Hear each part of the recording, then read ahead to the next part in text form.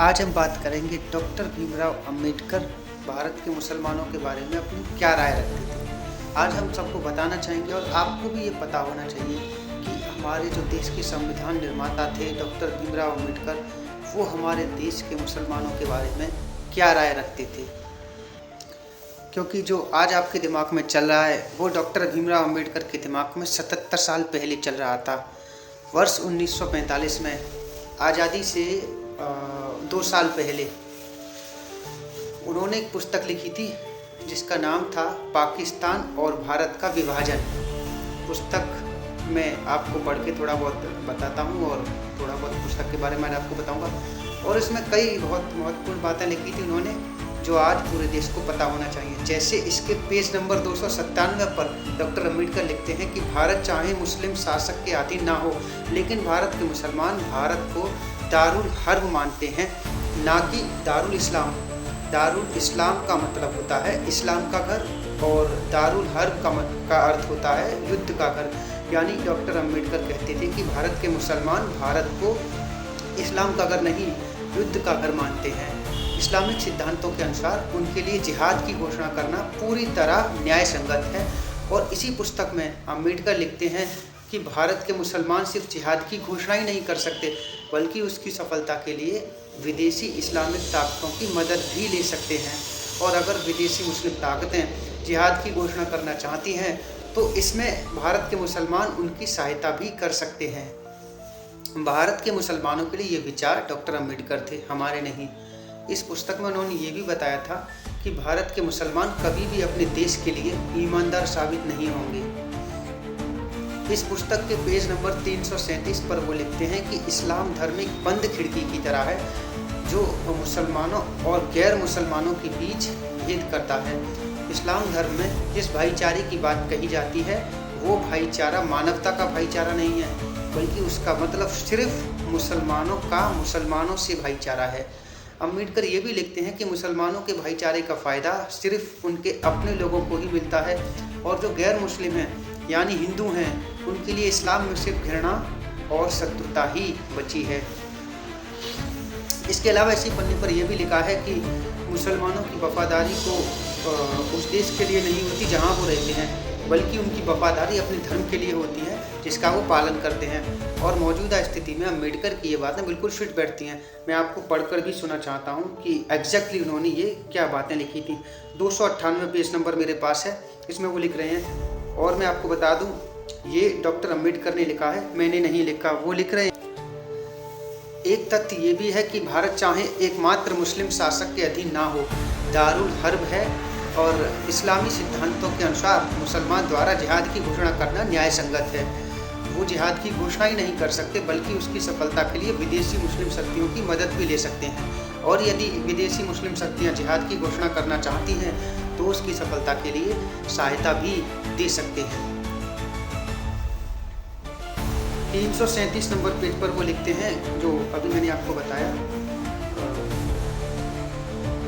इस्लाम एक बंद निकाय की तरह है जो मुसलमानों और गैर मुसलमानों के बीच जो भेद है ये करता है वो बिल्कुल मूल और स्पष्ट है। और वो आगे इसके बारे में लिख रहे हैं कि इस्लाम का दूसरा गुण ये है कि ये सामाजिक स्वशासन की एक पद्धति है और स्थानीय स्वशासन से मेल नहीं खाता, क्योंकि मुसलमानों की निष्ठा जिस देश में वो रहते हैं उसके प्रति नहीं होती, बल्कि वो उस धार्मिक विश्वास पर निर्भर करती है जिसका कि वो हिस्सा हैं। दूसरे शब्दों में वो आगे लिख रहे हैं कि इस्लाम एक सच्चे मुसलमान को भारत को अपनी मातृभूमि और हिंदुओं को अपने निकट संबंधियों को मानने की इजाज़त नहीं देता है। तो इसका मतलब ये है कि दुनिया भर में जो मुसलमान हैं, जो इस्लाम धर्म को मानने वाले लोग हैं, वो उनके पास मातृभूमि का जैसा कोई सिद्धांत नहीं है। वो मातृभूमि को नहीं मानते, वो सिर्फ इस्लाम को मानते हैं और वो दुनिया में कहीं भी रहते हों, ये इस्लाम उन्हें एक साथ इकट्ठा करके रखता है। और यही बात भारत के मुसलमानों के बारे में भी है। वो शायद इसे अपनी मातृभूमि नहीं मानते हैं और हमसे हज़ारों किलोमीटर जो दूसरे मुसलमान बैठे हुए हैं उन्हें अपना भाई समझते हैं। तो ये इतिहास है, ये सिद्धांत है और इसलिए हमने आपको ये कहा कि अब ये एक धर्म युद्ध बन चुका है, क्योंकि जो कुछ इस्लामिक देश भारत के खिलाफ कर रहे हैं वो सब धर्म के आधार पर है, वो तर्क के आधार पर नहीं है, वो लोकतंत्र के आधार पर नहीं है, वो अभिव्यक्ति की आज़ादी के नाम पर नहीं है, वो मानव अधिकारों के नाम पर नहीं है, सिर्फ धर्म के नाम पर है, सिर्फ और सिर्फ धर्म। और ये जो धर्म है ये 57 देशों के 190 करोड़ मुसलमानों को एकजुट कर रहा है। लेकिन उसी धर्म के आधार पर अगर हम भारत के 100 करोड़ हिंदुओं की बात करते हैं तो वो आज भी बटे हुए हैं, क्योंकि उनका धर्म उन्हें एक रहने पर मजबूर नहीं करता है। तो ये कहा था डॉक्टर भीमराव अम्बेडकर ने, और आपको जानकर हैरानी होगी कि इस दुनिया से डॉक्टर अम्बेडकर के चले जाने के 56 वर्षों के बाद आज भारत में उनके नाम पर 18 राजनीतिक पार्टियां हैं। इसके अलावा 30 से ज़्यादा दलित पार्टियां ऐसी हैं जो डॉक्टर अम्बेडकर को ही अपना प्रेरणा स्रोत मानती हैं। 74 वर्षों से इन पार्टियों की नज़र उन 75% वोटों पर है जो इन्हें दलितों और पिछड़े वर्गों से हासिल होते हैं। लेकिन आपको जानकर हैरानी होगी कि जब खुद डॉक्टर अम्बेडकर ने पहली बार चुनाव लड़ा था तो वो इस चुनाव में पूरी तरह से हार गए थे। तो सोचिए, आधुनिक भारत में जिस डॉक्टर अम्बेडकर के नाम पर पार्टियां बनी, राजनीतिक दुकानें खुली, जिनका हर नारे में इस्तेमाल होता है, पार्टियां उनके नाम का इस्तेमाल करके वोट पाने के लिए इस्तेमाल करती हैं उनके नाम का, और खासकर पिछड़ा वर्ग का जो वोट है उसका वोट पाने के लिए, वही डॉक्टर अम्बेडकर अपना चुनाव नहीं जीत पाए। डॉक्टर अम्बेडकर भारत की पहली सरकार में कानून मंत्री थे, लेकिन जब 1951 और 52 में भारत में पहला लोकसभा चुनाव हुआ तब तक वो कांग्रेस से इस्तीफा दे चुके थे। उनका मोह भंग हो चुका था नेहरू से भी और कांग्रेस पार्टी से भी। इसके बाद उन्होंने शेड्यूल कास्ट फेडरेशन नामक एक पार्टी बनाई और बॉम्बे की नॉर्थ सेंट्रल लोकसभा सीट से उन्होंने खुद चुनाव लड़ा, लेकिन वो अपना पहला ही चुनाव पूरी तरह से हार गए थे। और वो सिर्फ हारे ही नहीं थे, बल्कि इस चुनाव में डॉक्टर अम्बेडकर चौथे नंबर पर रहे थे। इस चुनाव में कांग्रेस के उम्मीदवार नारायण सदोवा काजोलकर को 15,000 वोटों से जीत मिली थी, जबकि कम्युनिस्ट पार्टी और हिंदू महासभा के उम्मीदवार को भी अम्बेडकर से ज़्यादा वोट मिले थे। आप अंदाज़ा लगा सकते हैं कि जिस व्यक्ति ने भारत के संविधान की रचना की, जिसने ये व्यवस्था बनाई कि हमारा देश हमेशा लोकतंत्र और के आधार पर चलेगा, जिस लोकतंत्र की आत्मा हमारे देश का संविधान होगा, वो व्यक्ति खुद बड़े बड़े राजनेताओं को उनकी ही राजनीति में हरा नहीं पाया, असहाय हो गया। और इसका शायद सबसे बड़ा ये कारण ये था कि डॉक्टर अम्बेडकर को राजनेताओं वाली चालबाजियाँ नहीं आती थी। वो सिर्फ अपने देश के लिए खड़े होना जानते थे और अपने समाज की मदद करना जानते थे।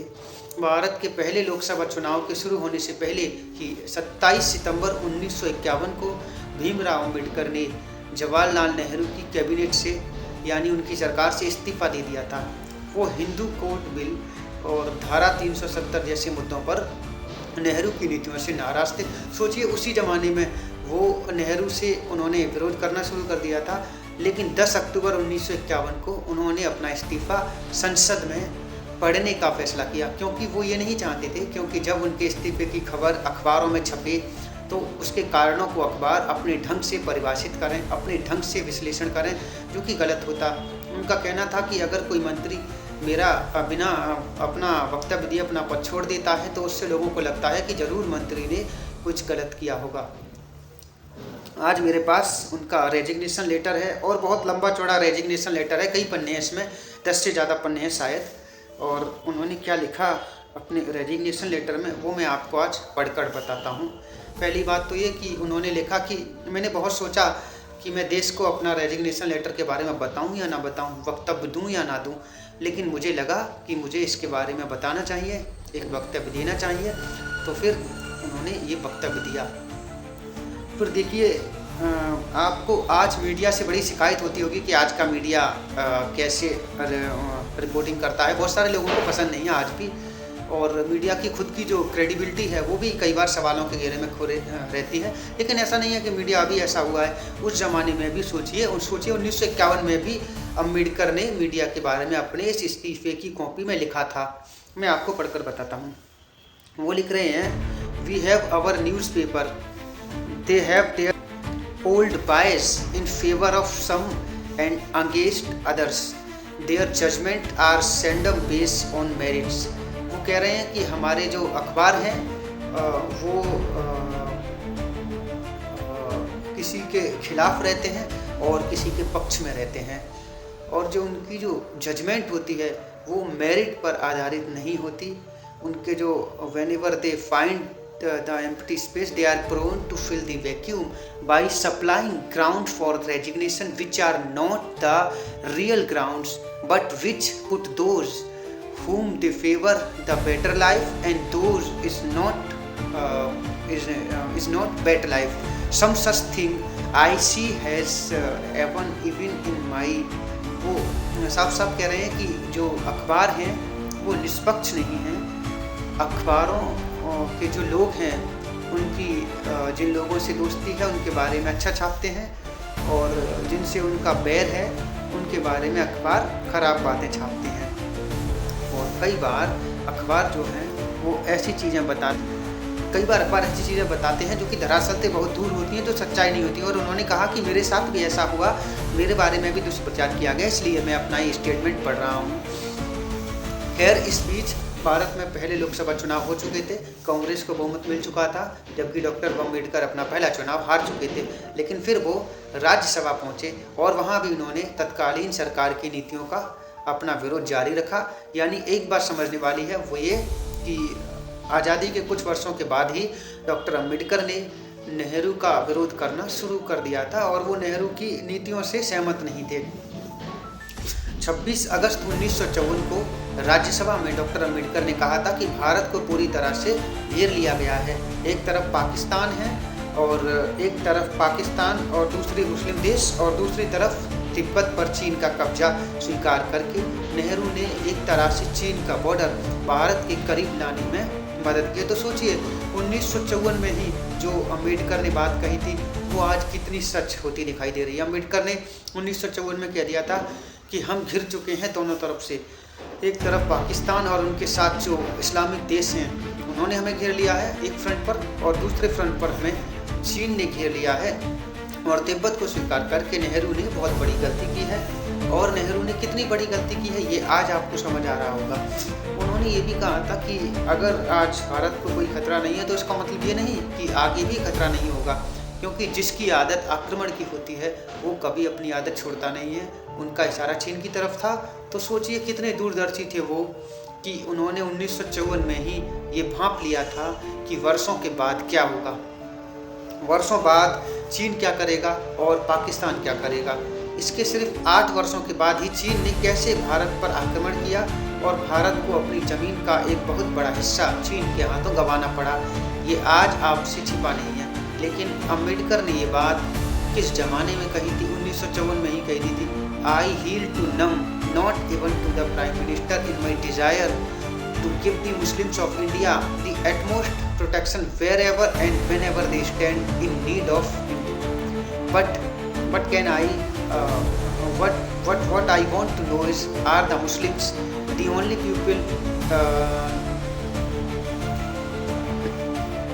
people who needs protection?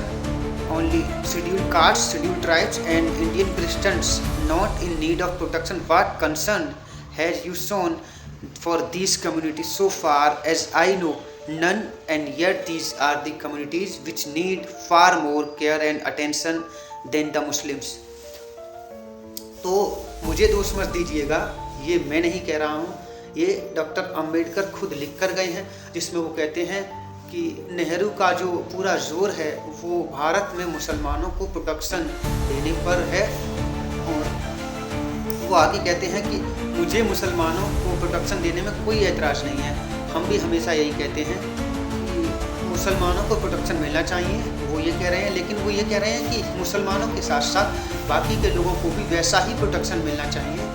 और वो कहते हैं कि क्या शेड्यूल कास्ट और शेड्यूल ट्राइब्स जो हैं, या भारतीय जो क्रिश्चियंस जो हैं, ईसाई जो हैं, क्या उन्हें प्रोटेक्शन की ज़रूरत नहीं है? क्या जो दूसरी कम्युनिटीज़ हैं उन्हें प्रोटेक्शन की ज़रूरत नहीं है? और so far as I know none, and yet these are communities which need far more care and attention. तो वो कह रहे हैं कि मुसलमानों से ज़्यादा केयर और अटेंशन इन कम्युनिटीज़ को चाहिए, जो कि नेहरू नहीं दे रहे हैं। ये वो उस ज़माने में लिख रहे हैं। सोचिए 1951 में, और ये जो बात उन्होंने आज इसमें लिखी है, पॉइंट आउट की है अपने इस्तीफे में, यही बात आगे चलकर एक एटम बम की तरह बन गई। और आज हमारे जैसे जो लोग हैं वो हम हमेशा यही कहते हैं कि प्रोटेक्शन सबको मिलना चाहिए सरकार की तरफ से, जो समान रूप से सबको एक जैसा व्यवहार मिलना चाहिए, माइनॉरिटीज़ को भी एक जैसा व्यवहार मिलना चाहिए और मेजॉरिटीज़ पॉपुलेशन को भी एक जैसा व्यवहार मिलना चाहिए। सब धर्मों के लोगों के साथ समान व्यवहार होना चाहिए, ये अम्बेडकर जी कह रहे हैं इस इस्तीफे के अंदर। और वो ये नहीं कह रहे कि आप यहाँ पर बहुत सारे लोग आरोप लगाएंगे कि वो मुसलमानों के खिलाफ हैं, बिल्कुल ऐसा नहीं है, मुसलमानों के खिलाफ कोई नहीं है। और वो कह रहे हैं कि मुझे इसमें कोई मंशा नहीं है कि उनको भी प्रोटेक्शन की ज़रूरत है और मिलनी चाहिए, मुझे कोई समस्या नहीं है, लेकिन बाकियों को भी दीजिए। कुल मिलाकर पाकिस्तान के निर्माण और हिंदुओं और मुसलमानों को लेकर भी उनके विचार बहुत स्पष्ट थे और तुष्टीकरण की राजनीति से बड़े दूर थे। ये बात हमें समझनी है। वर्ष 1946 में डॉक्टर अम्बेडकर ने पाकिस्तान और दी पार्टीशन ऑफ इंडिया नामक एक पुस्तक लिखी, जिसमें उन्होंने पाकिस्तान जा रहे हिंदुओं को एक संदेश दिया था। उन्होंने इस किताब में लिखा था कि जबरन मुस्लिम बनाए जाने से बचने के लिए वो जैसे भी संभव हो भारत आ जाएं। ये वो हिंदुओं से कह रहे हैं, उन हिंदुओं से जो पाकिस्तान में हैं। फिर कहते हैं कि मुसलमानों पर केवल इसलिए भरोसा ना करें कि उनकी सवर्ण हिंदुओं से नाराज़गी है, ये बहुत बड़ी भूल होगी। इसी किताब में उन्होंने ये लिखा कि मुस्लिम नेता धर्मनिरपेक्ष जीवन के महत्व को समझते नहीं है, क्योंकि उन्हें लगता है कि उनकी लड़ाई हिंदुओं से है और धर्मनिरपेक्ष रवैया अपनाने से उनका अपना समुदाय इस लड़ाई में कमज़ोर हो जाएगा। उन्होंने लिखा था कि, और मैं कोट करता हूँ उनको, दुख की बात यह है कि अमीरों के खिलाफ न्याय की लड़ाई में गरीब मुस्लिम गरीब हिंदुओं का साथ नहीं देंगे।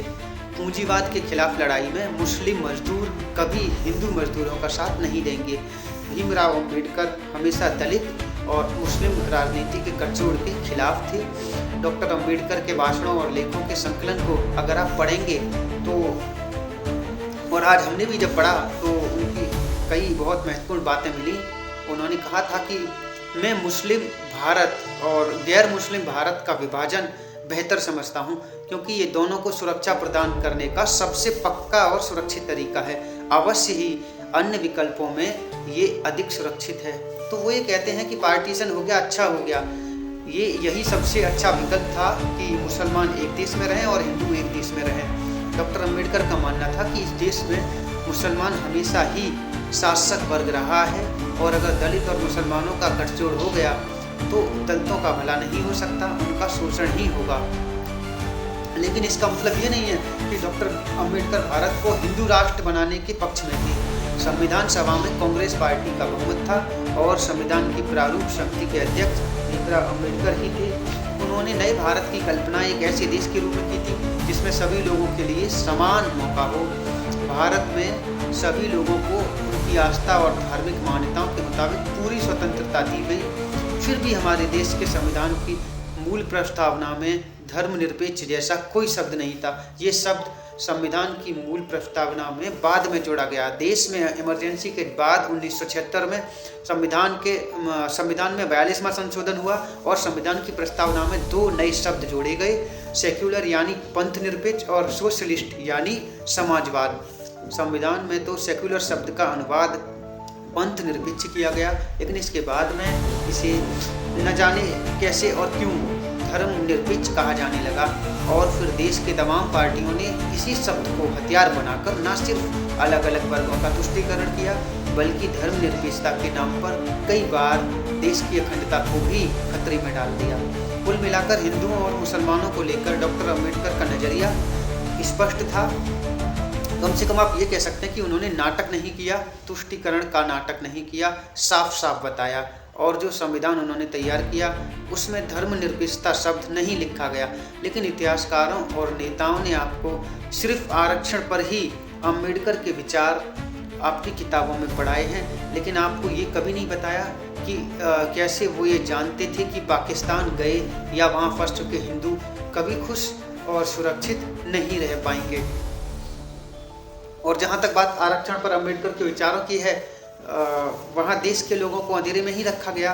डॉक्टर अम्बेडकर ने दलितों और वंचितों को भारत में आरक्षण देने की सबसे ज़्यादा वकालत जरूर की थी, लेकिन शायद ही उन्होंने ये कभी सोचा होगा कि उनके जाने के बाद भी भारत की कई राजनीतिक पार्टियां आरक्षण को वोट पाने का हथियार बना लेंगी, चुनाव जीतने का हथियार बना लेंगी।